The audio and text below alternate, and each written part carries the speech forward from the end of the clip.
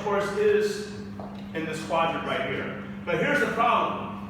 If you have a fourth quadrant angle, the calculator is going to give you a negative angle. However, I'm already telling you that I want a positive angle between 0 and 2 pi. So, if the calculator really did give you an angle here that was negative, but you really wanted the positive one, what would you do? You would actually have to add 2 pi, right? How about in the second quadrant? Well, obviously, we already saw that example. So let's just go ahead to the third quadrant and see what happens. So what if the point is -2, -1? So first of all, what's R? Yeah, luckily that's the same. That's easy, right? Okay, now, let's think about the angle. Well, I can start by just finding the inverse tangent. I mean, that is the official thing to do first. So notice that would be -2 over -1, which is the same thing as inverse tangent of 2, right? Which is the same thing. Oh, oops, sorry. Sorry, we have a -1 on top and a -2 at the bottom, which is the same thing as an inverse tangent of -1/2. Which means we're going to get the same thing we got here, right? Everybody see why? Okay, so let me go ahead and write that.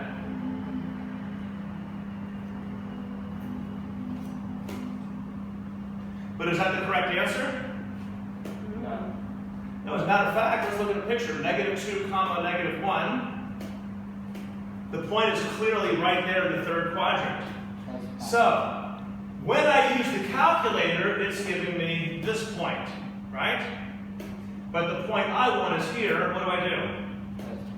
Add pi.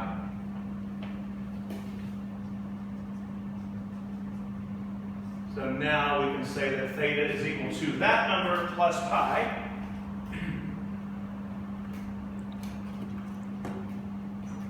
Oops, wait, I didn't type that in. Let me do it from the beginning. Inverse tangent of, now again it's +1/2, right? Plus pi. And there we go. So 3.61 if we round off to 2 places. Okay. So, converting from rectangular to polar. Now obviously the R is very easy, right? You just take the square root of x squared plus y squared. But the theta, unfortunately, you do have to think about the quadrant. So don't just blindly take the inverse tangent of y over x and think that's the end of it. Okay? I'm telling you very directly on a test, I'm actually more likely to pick an angle over here. Or even here. Because if you give me that negative number, and I'm telling you that I want an angle between 0 and 2 pi, technically you didn't follow the instructions. Okay, so bottom line is draw the picture, look at it, think about the default instructions, and you should know what to do. Okay, in a lot of cases it's adding pi, in some cases it's adding 2 pi. All right, let's go on.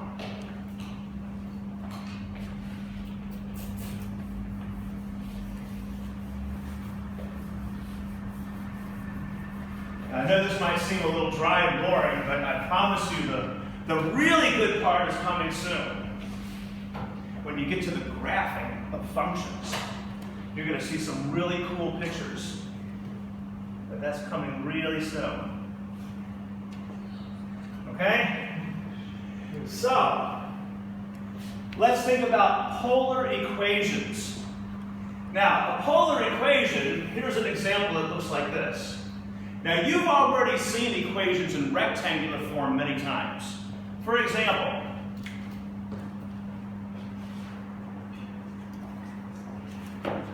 very simple linear function, right? Now, when you first learned to graph such a simple function like this, like before you even knew about slopes and y-intercepts and all that, what did you do? Like when you very first learned to graph, what did you do? Put a y into the axis. Well, first you would plot some points, right? So you would basically do this. You would say, okay, well, let's pick some values of x and see what we get for y. So for example, if x is 0, what's y? 1. If x is 1, what's y? If x is 2, what's y? How about if x is -1?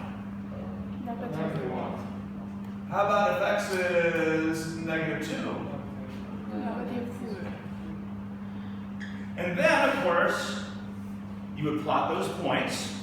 Let's do that. -2, -3. Here, before I do that, let me see if I can somewhat neatly label the x